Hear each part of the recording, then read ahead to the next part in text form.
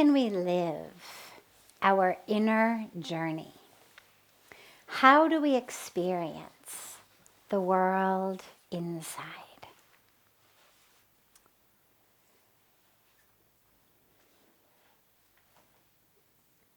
It's so interesting because we use words like inside and outside.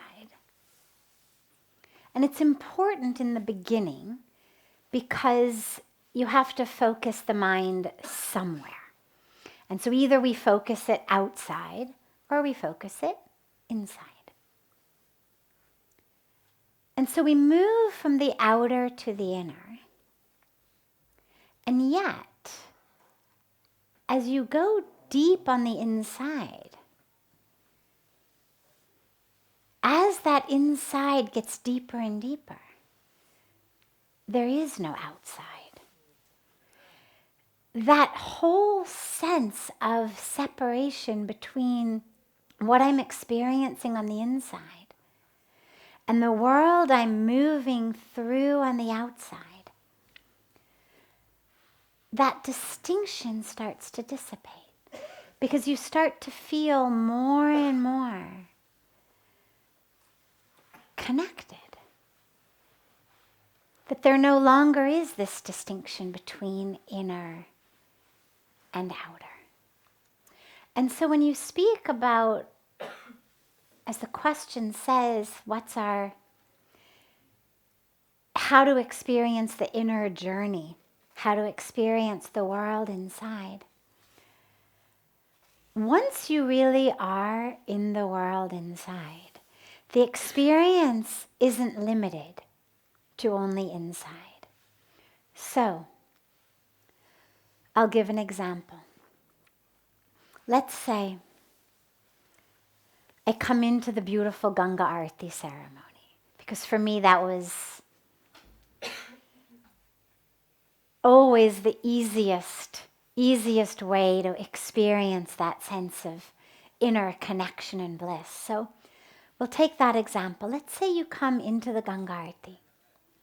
You walk in and you're very focused on the world outside. Maybe you've been shopping in the marketplace. Maybe you really want to buy something and you can't decide this one or that one, this shop or that shop.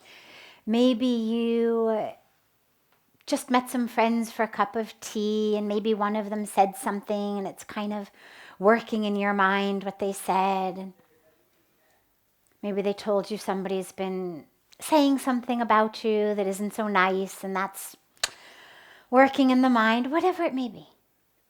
But you're focused externally. Maybe you ate something and stomach doesn't feel quite so right, so focused on that. Stomach sits inside, but the focus is still external. It's material, that physical stomach. So you're focused outside. Then you come in. You sit down. Maybe you close your eyes. If you don't close them, maybe you just allow them to soften as you look out over the waters of Ganga or the beautiful image of Shivji or the Himalayas. And in the environment, sacred mantras are being chanted. Maybe Puja Swamiji's singing. And slowly, you start to find yourself dropping inward.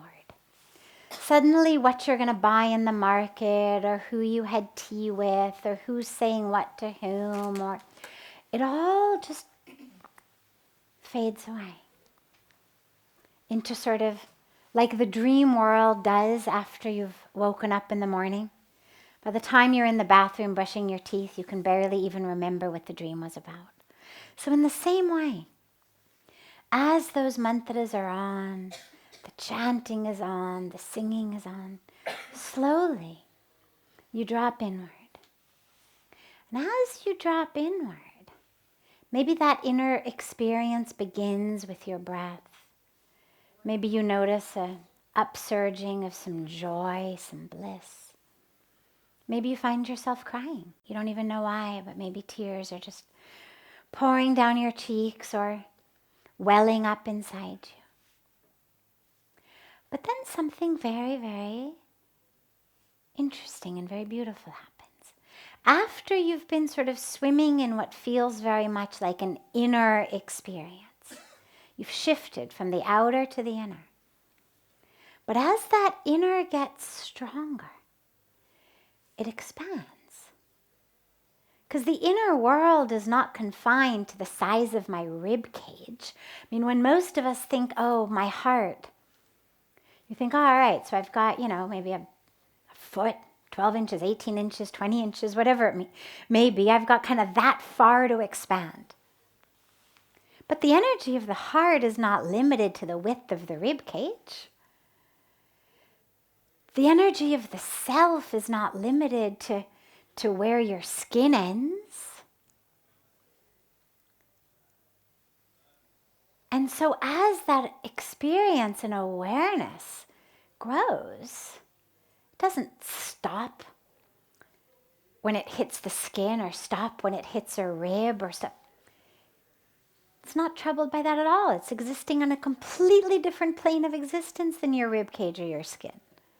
There is no border or boundary. And so that experience that you're having that begins on the inner, that experience of love,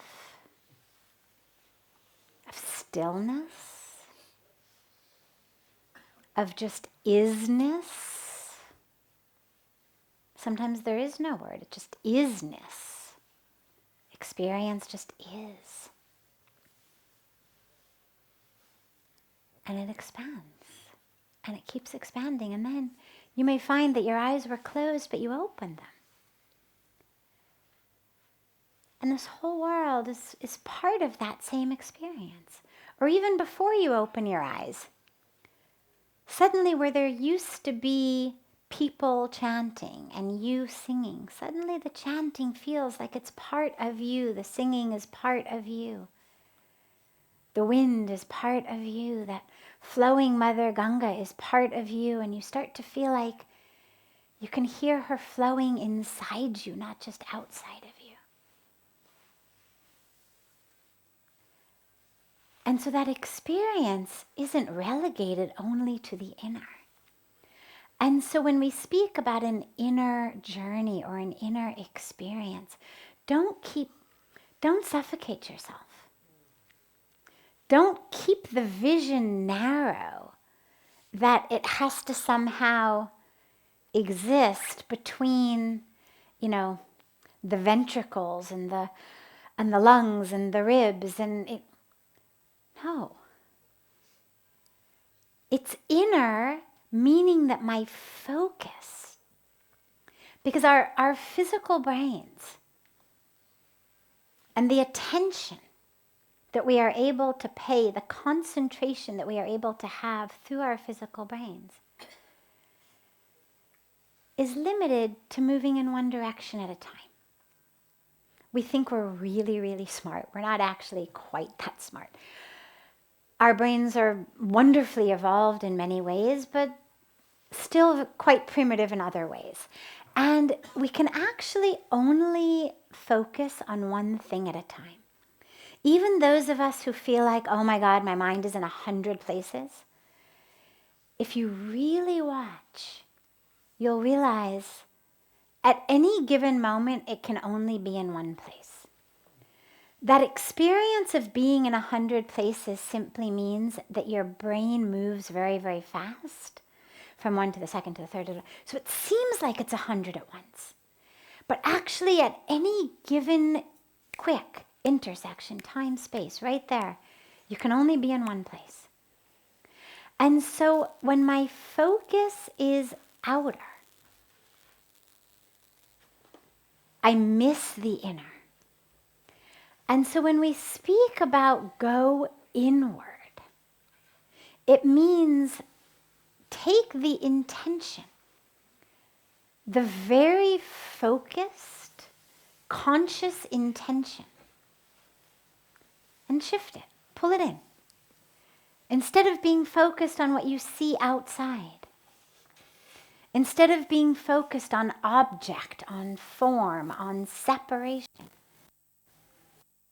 grab that focus. Literally, grab it and turn it inward. But again, when we go inward, it's not about the material inward. So it's not about, oh yeah, my stomach is growling. Oh yeah, there's the pakora I ate at lunch. There's some gas.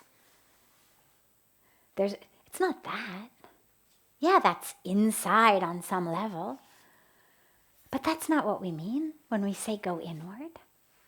It means a shift in intention, in focus, from form to content, from packaging to essence. So instead of being focused on the external world as object, as separation, as material, and therefore as me, as object and material moving through that world. What's my role? Who's being nice to me? Who's being mean? Who's being respectful? Who's not being respectful? Because then, of course, I know who I like, who I don't like. Right? Those who are nice, I like them. Not nice, I don't like them. Those who respect me, I like them. Don't respect me, I don't like them. This is how most of us think. This is that illusion of separation. And that's that focus on form, not content. If I like you because you're nice to me, what does that really mean? It means my ego structure, the building blocks of this ego, enjoy having that ego be padded or reinforced or by your words, by your actions, by the way that your eyes look at me, the expression on your face. That's all we're doing. I like you because you're nice to me. That's what it means. Your words, your actions, the expression on your face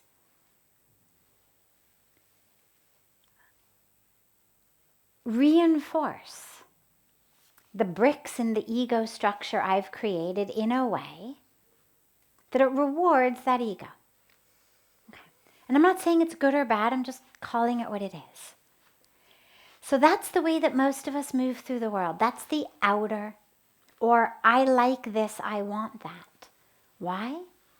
Because for whatever reason, I believe that that thing, whether it's a degree or a title or a bracelet or a car or a house or a person, I want it because it is going to fill me, my role, my identity, my ego structure in some way that reinforces it. Okay. That's outer, that's form. Content is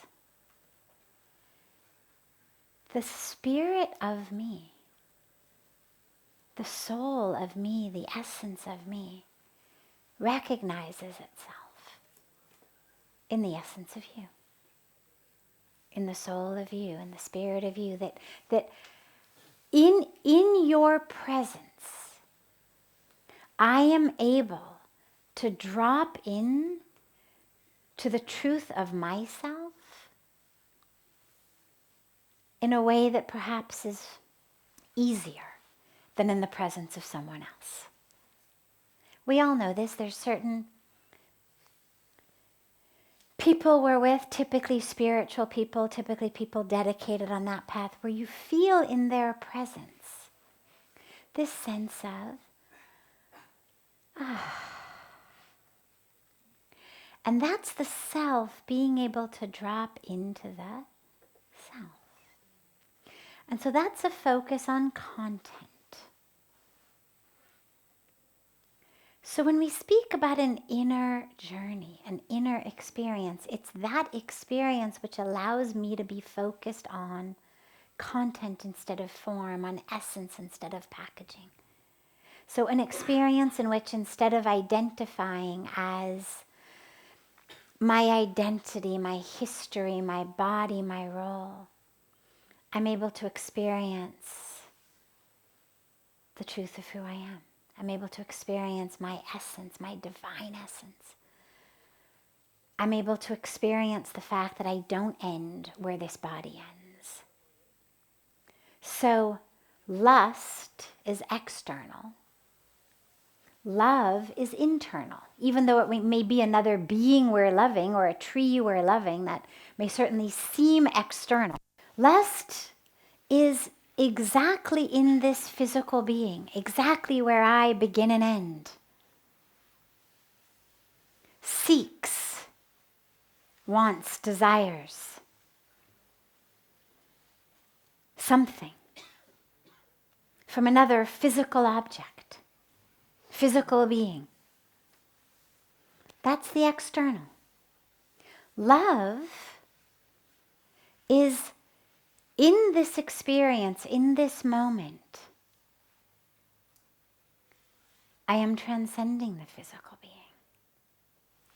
In this moment, in this experience, what perhaps through you, through loving you, I am able to tap into within me is an experience of that, which is expansive. Has nothing to do with the physical being of the other. If that person gets up and goes to the grocery store, you still feel love. Right? Anybody fall out of love because the loved one has gotten up and gone into the kitchen or gone to the grocery store? Of course not. Because it's an internal experience. Lust is dependent upon the physical presence of the other object. Love is internal. You get up, you go to the bathroom, you go to the kitchen, you go to the store, you go to California. I still love you. I still am able to tap into that experience of love within myself. So that inner journey, inner experience is one that brings us in touch with the truth of who we are, that expansiveness. But it's not relegated to the literal physical inner confines of my body or the brain in my skull. It's an experience through which I interact with the world. Love, consciousness, awareness. These are ways of moving through the world. They're generated inside. But they're ways then that I interact with the world. So don't think that the inner journey, it's not like, oh, go away, I'm just doing my inner journey. You're part of my inner journey. How I interact with you is my inner journey. If I'm able to do it with consciousness, awareness, love, that's my inner journey. So we begin it inward, but then we allow it to expand into how we interact with the outer. Because truthfully, there is no difference.